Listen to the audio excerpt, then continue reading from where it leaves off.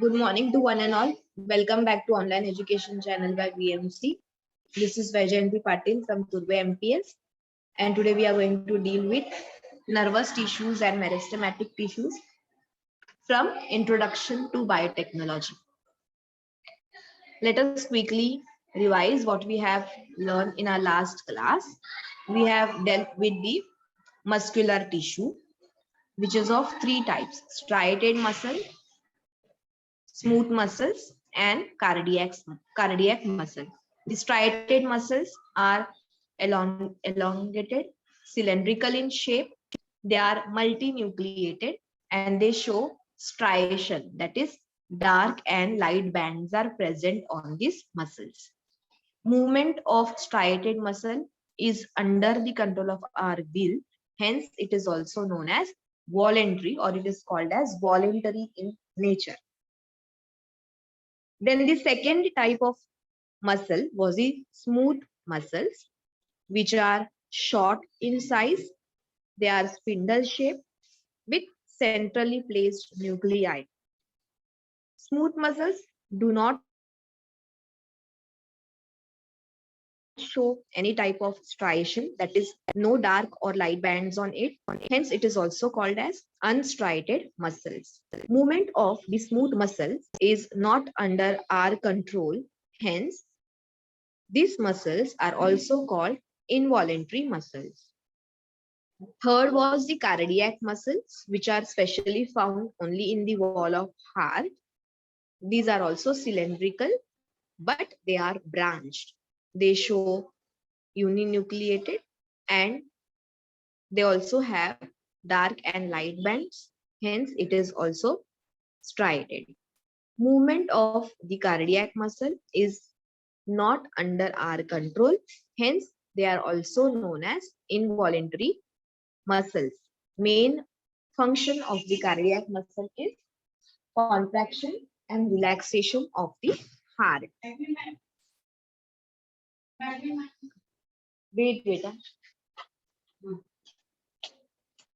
Okay, thank you. Yes, thank you. Okay.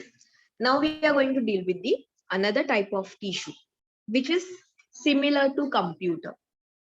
Okay, just imagine which organ in our body is similar to computer, which helps us to store the information, which helps us to analyze the information that is around us, and which helps us to react on each and every situation that we face.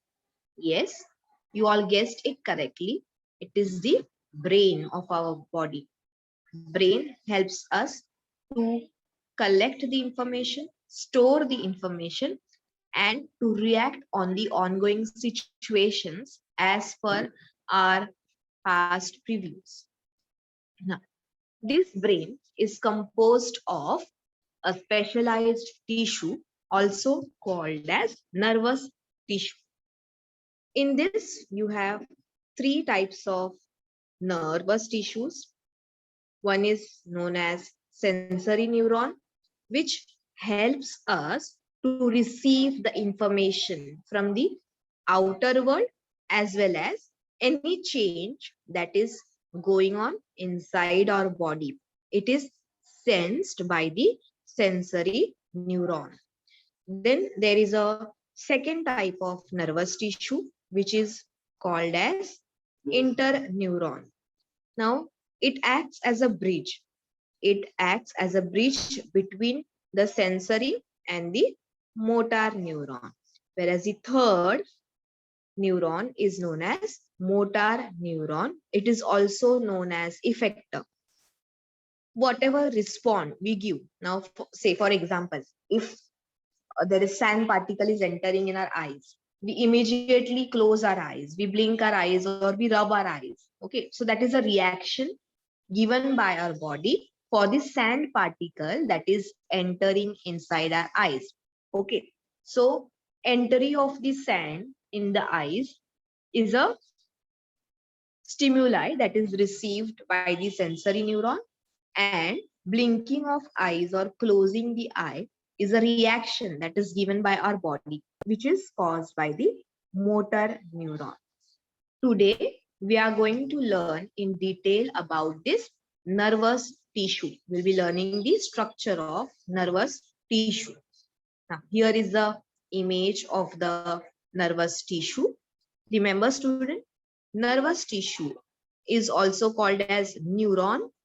Neuron is composed of three main parts. One is the cell body, which contains the nucleus.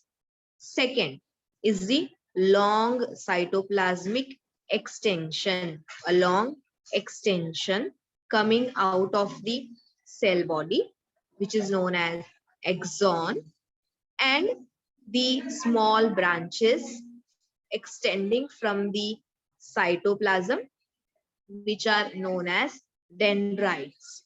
Okay. Now let us study this in detail. Neurons are also called as building block of nervous tissue. Our nervous system is made up of millions of neurons. A neuron varies in shape, size, depending upon their function and location. Okay, depending upon the function in our body and the location in our body where it is posed, the size and the shape of neuron varies or changes. There are three main parts of the neurons, as I said. First is the cell body, means this part, this yellow structure.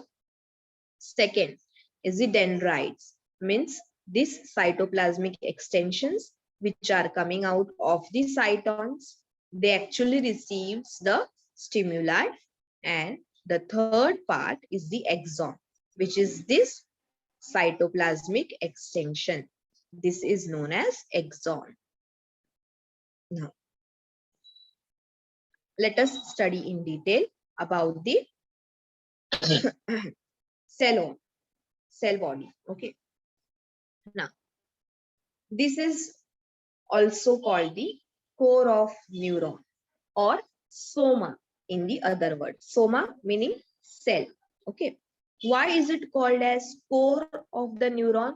Because it contains the nucleus. We all know nucleus contains DNA and RNA, which are the genetic material of any living organism, which are very essential for the continuity of life. Hence, it is known as core of the neuron. And it has the endoplasmic reticulum and the other cell organelles, which are essential for providing energy to the activities that are carried out by the neuron. Hence, cell body is known as the core of neuron. See, I said nucleus contains the genetic information.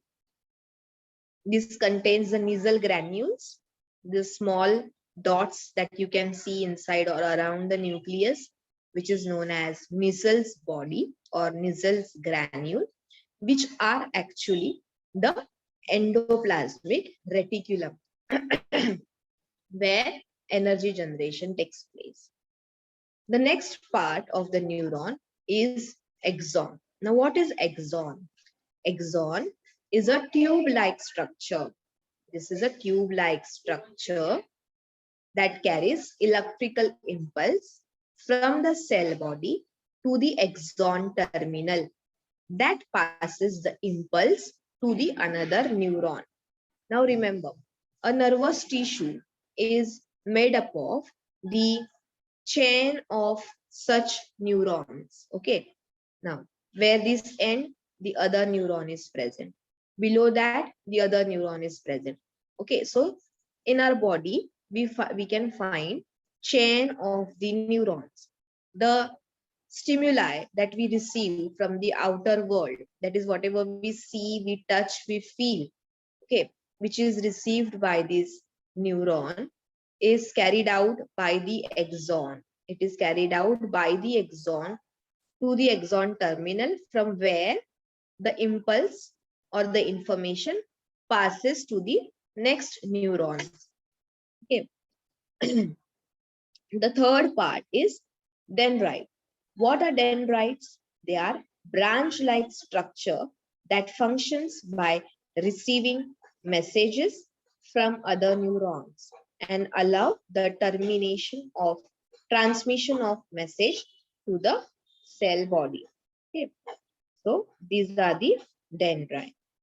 It receives the stimuli, receives the message, and helps in transmission of the message. Now see, where this neuron ends, other neuron is going to start. So the dendrites are present over here. Dendrites of one neuron are in contact with the axon of the other neuron. So from one neuron to the other neuron, the message goes on transmission. And the last point is myelin sheath. Now, what is myelin sheath? See here. You can see this yellow structure. In this, you can see it in blue color. Okay, that is a specialized cover around the axon.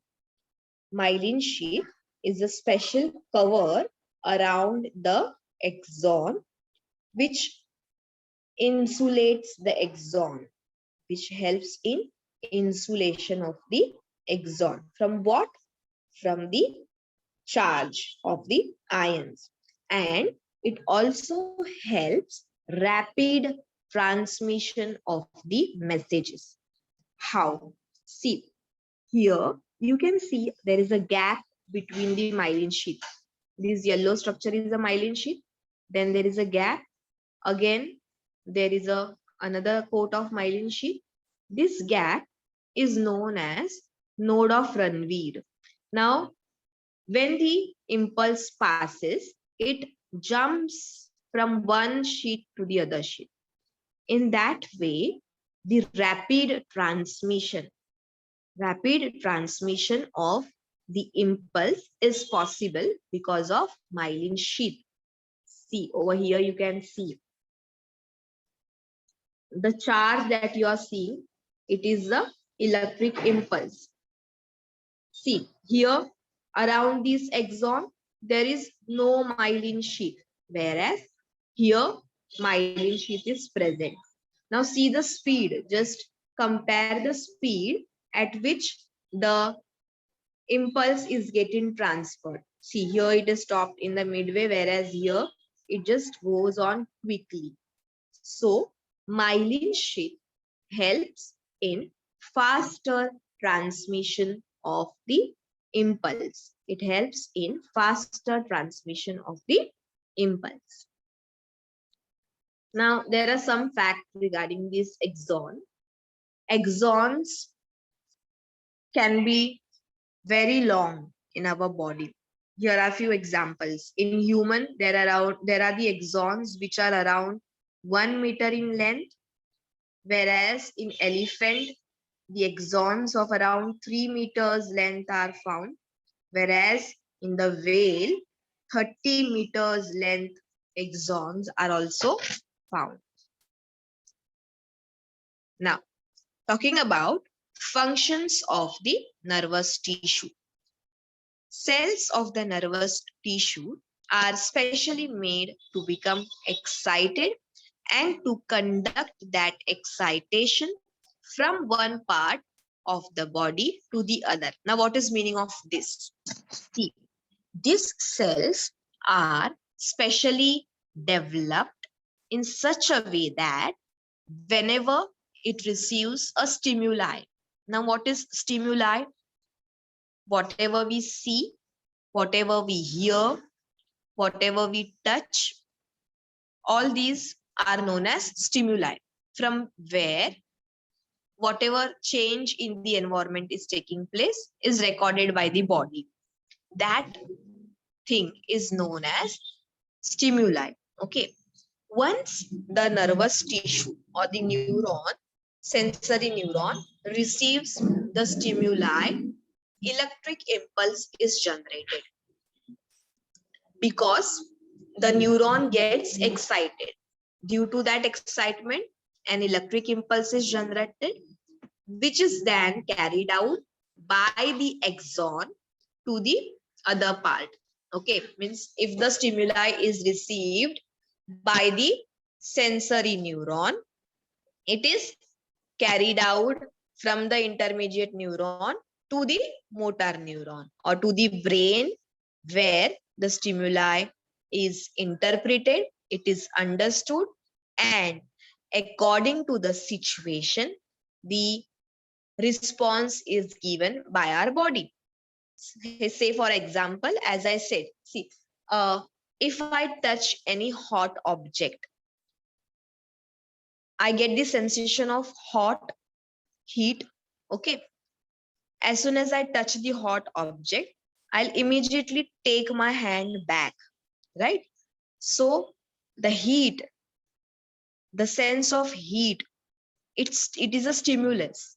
It excites the neurons, that the sensory neurons that are present in my skin, which generates the electric impulse.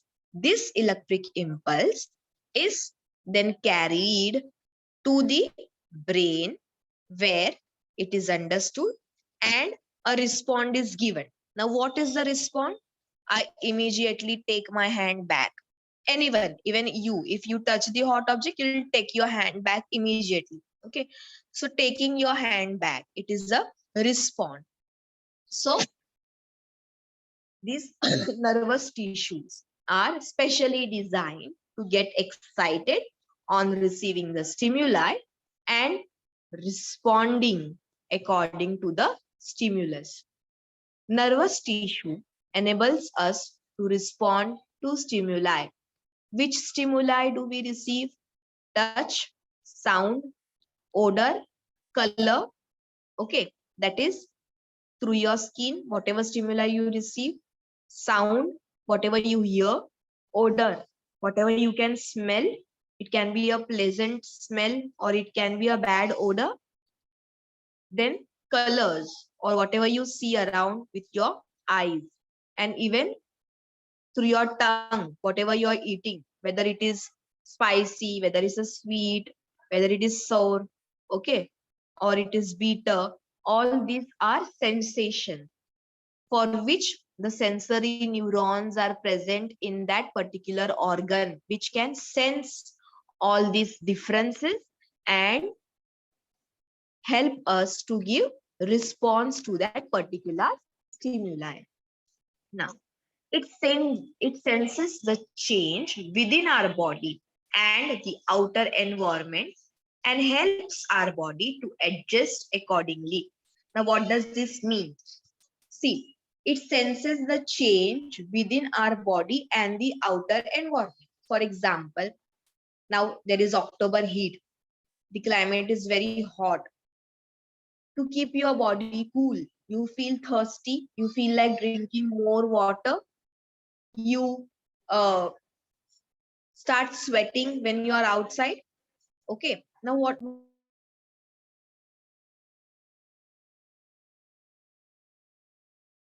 environment is hot, your body needs to be cooled down to maintain the normal temperature. Okay, so what response your body is giving? It starts sweating so that the temperature can be lowered, your body can be cooled down. As it is sweating, you feel thirsty, you feel like drinking more and more water, and so you go and drink water. Okay, so according to the change in outer environment, it is sensed by the body and we adjust accordingly. Say, for example, in winter, when the temperature drop down, when the temperature is cooler, we start shivering. Shivering of our body generates heat energy in the body. So it helps to regulate the temperature. It helps to keep our body warm. Or we just rub the hands or we rub the body to generate the heat. Okay, or we wear sweaters or the winter clothes to keep our body warm. So this is how, according to the change in outer environment, which is sensed by our body, we respond to adjust according to the outer changing environment. Now, where is it present? Where are these nervous tissue located? So they are present everywhere in our body. Okay, it is present. Major source of nervous tissue is our brain. Okay, then comes the spinal cord, which is the extension of our brain. Then the branches or the nerves that are coming out from this spinal cord and the brain that covers our entire body. Entire means entire outer surface as well as the inner surface. Inner organs also have the sensory neurons or the motor neurons, where and the outer body also has the sensory neurons. Here there is a picture showing the nervous tissues, presence of the nervous tissues. Okay. Okay. So this is all about the nervous tissue. I hope you all have understood this better. Now we are going to start with the other topic of this chapter, which is related to plant growth. Okay. See, in this GIF, you all can see from the seed, the plant is growing. But have you ever imagined how are this growing? How does this growth take place? Today, we are going to learn about this particular concept of how is the plant growing and which tissues are responsible for growth of the plant. For this, there is activity given in your book. You have to take two jars, label it as jar A and jar B. Take two onion bulbs, fill the jar with water and keep the onion bulb in such a way that the roots should immerse or should be dipped in the water. Okay. Now, after few days, the roots will grow. What we have to do is, from one jar, we have to take out the onion bulb and cut the root tips as it is shown in this picture. On the day 4, we will be cutting the root tips of the onion from the jar B. Then every day we have to observe the growth of the root tips and write it down as shown in this picture. See, day 1, it has grown 0.1 centimeter, then 0.4, then 0.8, 1.2. Now, on 4th day, we cut the root from the jar B. Then what is the observation? See, in jar A, the length is going on increasing, 1.3, 1.5, 1.8, 2, 2.2. Whereas in jar B, the growth has stopped. It has stopped. It is 0.2, 0.2, 0.2. The length is same to which we had cut. Now, think over this. Why has this happened? So, here is the explanation for that. You can see this light colored tips. This root tip is having a specialized tissue which is responsible for the growth of roots. In case of jar B, as we have cut the root tips, the growth of root tip has stopped. Now, let us learn about these tissues. The tissue that was present in the root tip of the onion is known as meristematic tissue. Okay, meristematic tissue is a special kind of tissue which can divide, redivide, multiply to develop new cells. See students, in this chapter, we are going to study types of plant tissues. As we have studied types of animal tissues, we are also going to study types of plant tissues. In today's lecture, we are going to focus on the meristematic tissue, which is of three types.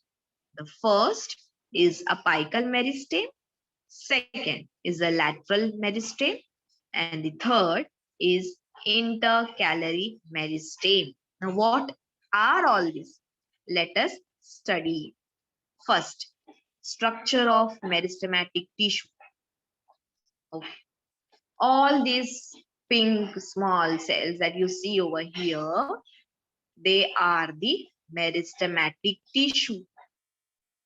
You can observe that the cells are very compactly arranged around each other. There is no or very little space between the two cells. There is no gap. They are arranged very tightly. Okay.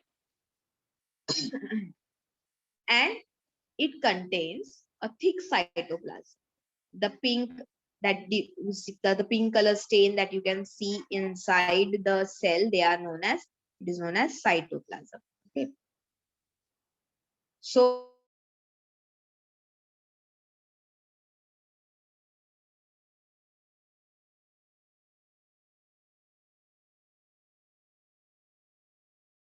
they are compactly arranged. Compactly arranged means very closely arranged. They are almost stick to each other, and they do not have the food vacuoles. Vacuoles are absent in these cells.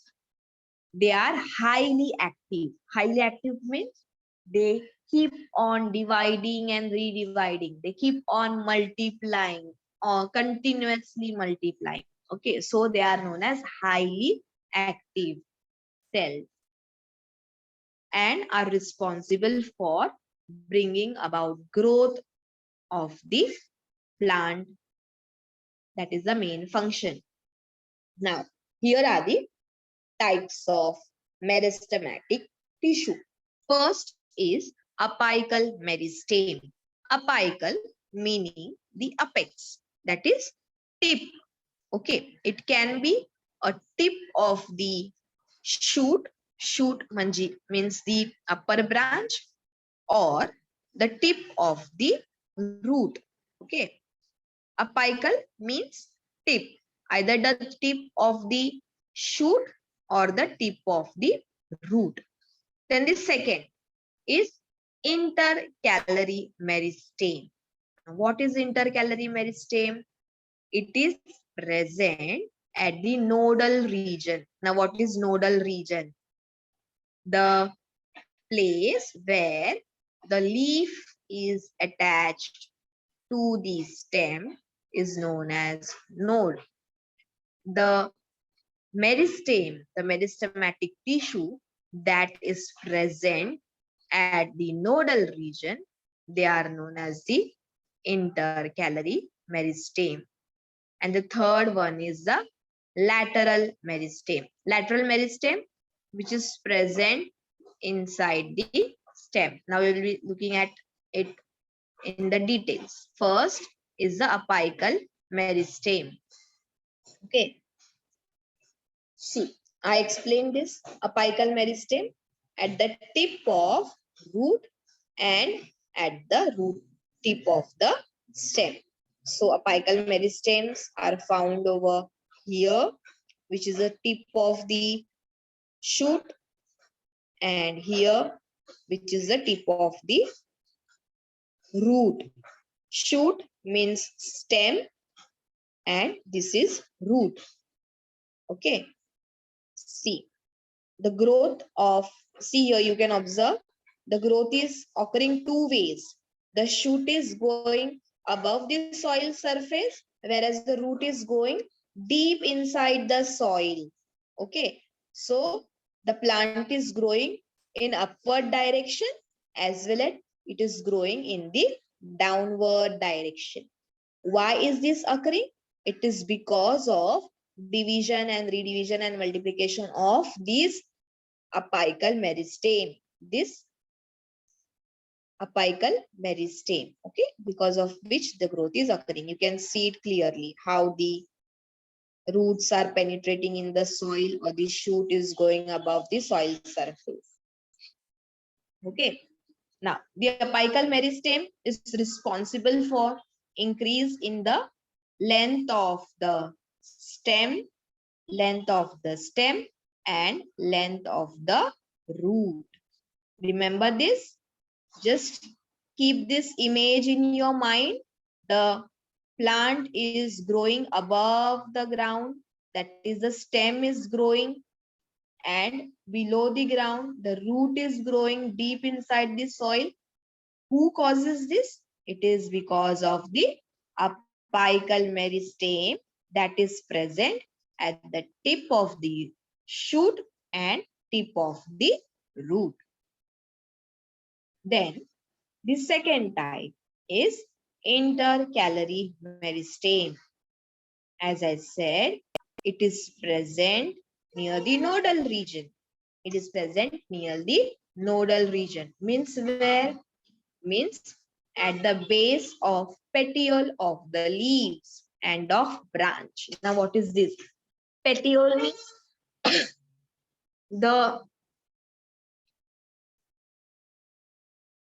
stick to which the leaf is attached to the stem, that is known as petiole. So at the base of that petiole, the intercalary meristem is present, because of which the the leaves grow from the base of the one leaf, the other leaves grow. That is how the branches will develop. Many times the bird of the flower, it also grows from this intercalary meristem. The fruits, they develop from the flowers, right? After the fertilization of flower, the fruits develop.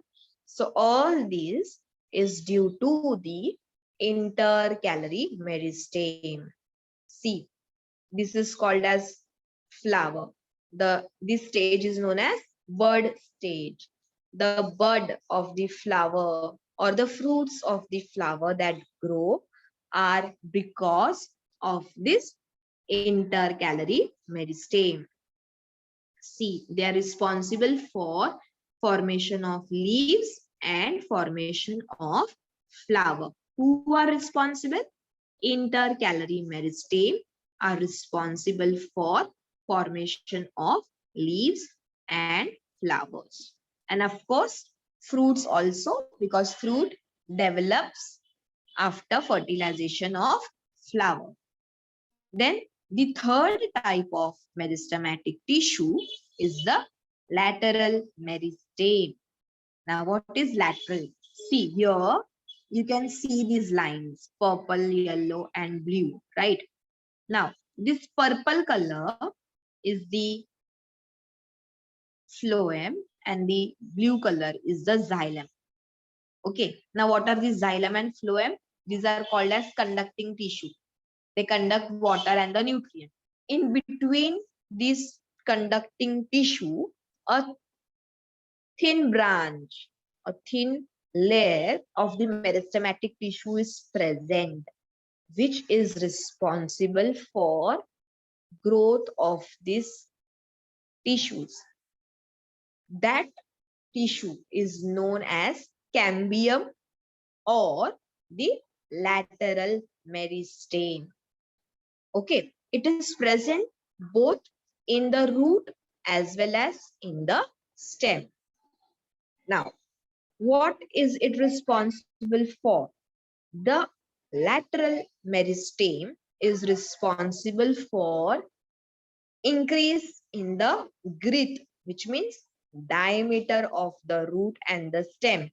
See, when you plant any plantlet, it is very thin, but as the year passes and the plant grows, the size of the stem as well as the root also grows. The one which was, say, a pencil size or at the size of your index finger when you planted. Now you cannot even hold it in your single hand. Okay. So as the plant grow, the diameter of the plant, that is the stem, as well as the root also grows. This growth or this increase in the diameter of stem and root is caused due to this lateral meristem. Just remember that lateral meristem helps in increasing the diameter of the root and the stem. Okay. Now, what are the functions of the meristematic tissue? Yes, when we have studied all these three types, that is apical, lateral, and the intercalary meristem, we have studied everywhere. It is responsible for growth, some kind of growth. Okay. Apical meristem causes the primary growth. Now, what is primary growth? When the length of stem and length of root increases, it is known as primary growth. Or when the seed is getting converted into plantlet, or when the leaves are developing, when the bud or the flowers are developing, that is called as primary growth. What is secondary growth? For the plants which grows year after the year, the diameter of the root and stem increases. That growth is known as secondary growth.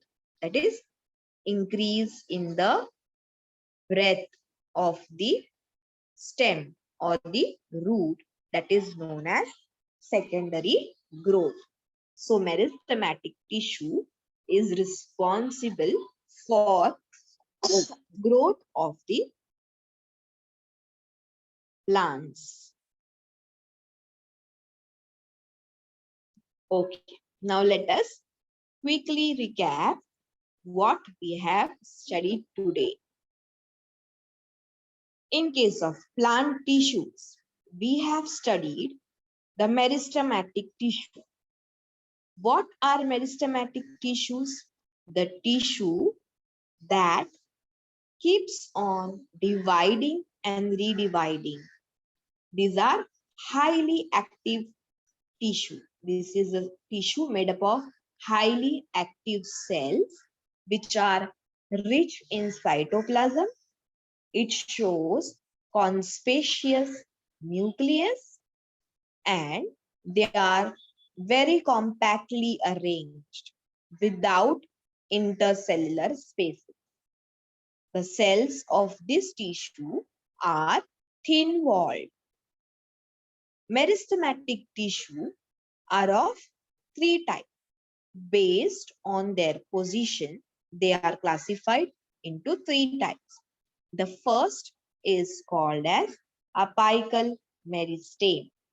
Apical, meaning present at the tip.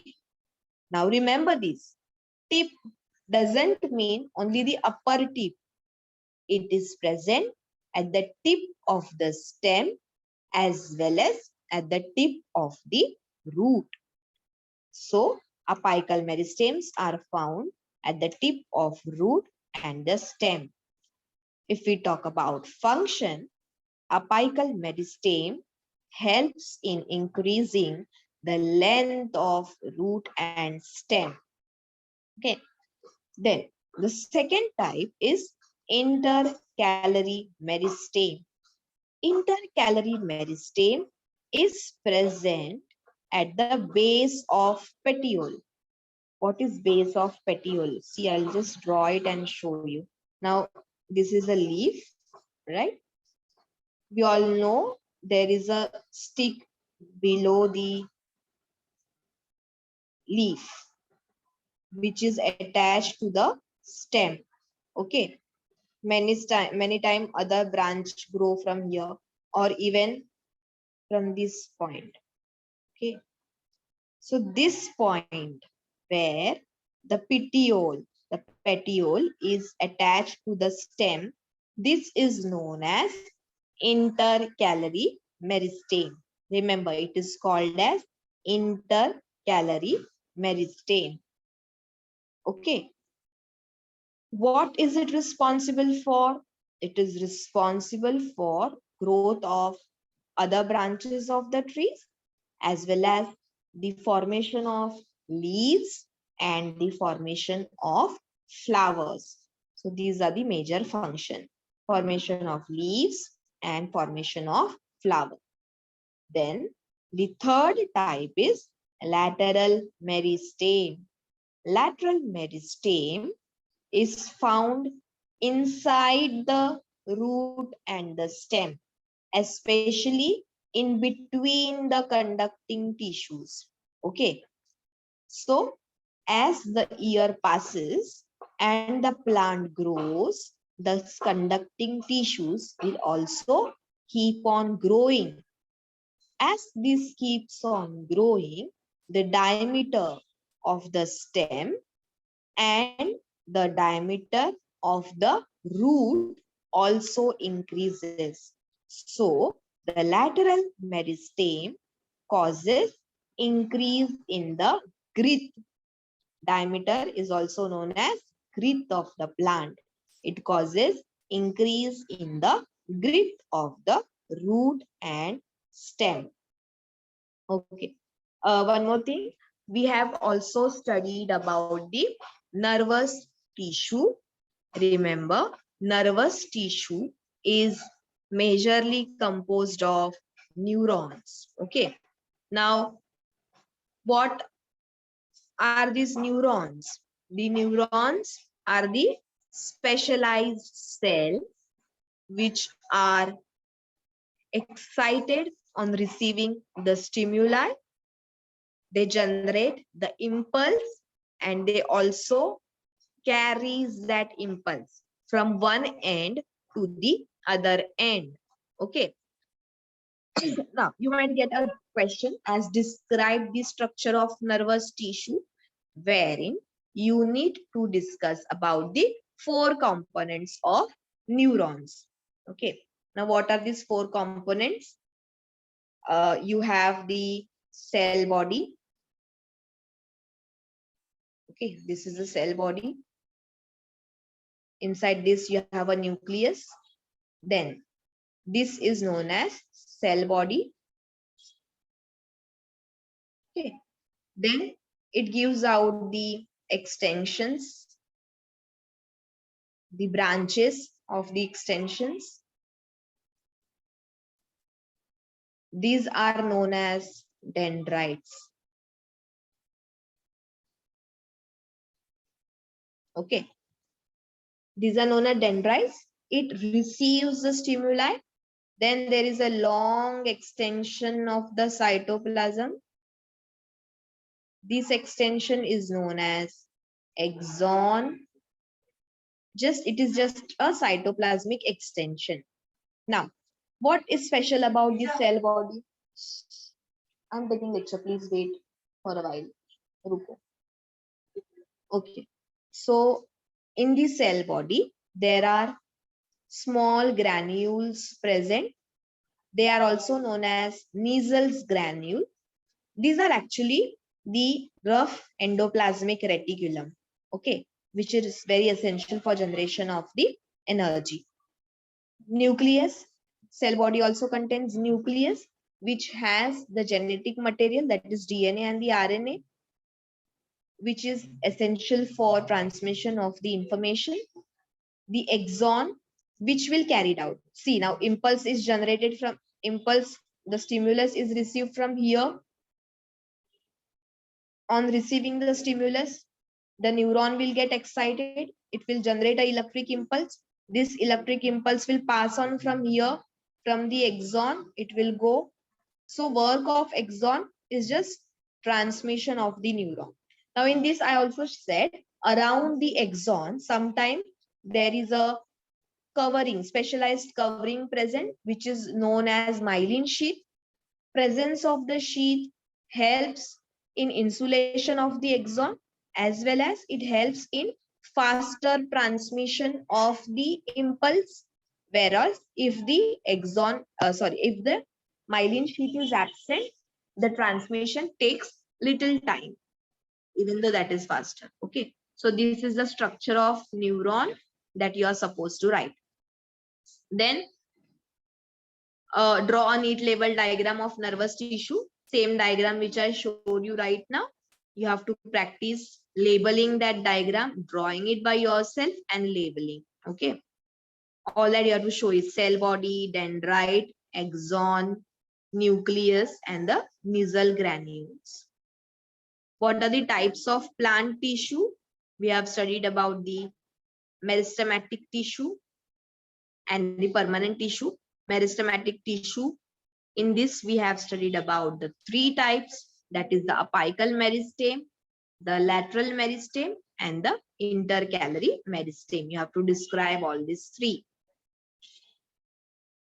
Okay, same here. What is the meristematic tissue? Give its types: apical, lateral, and intercalary meristeme.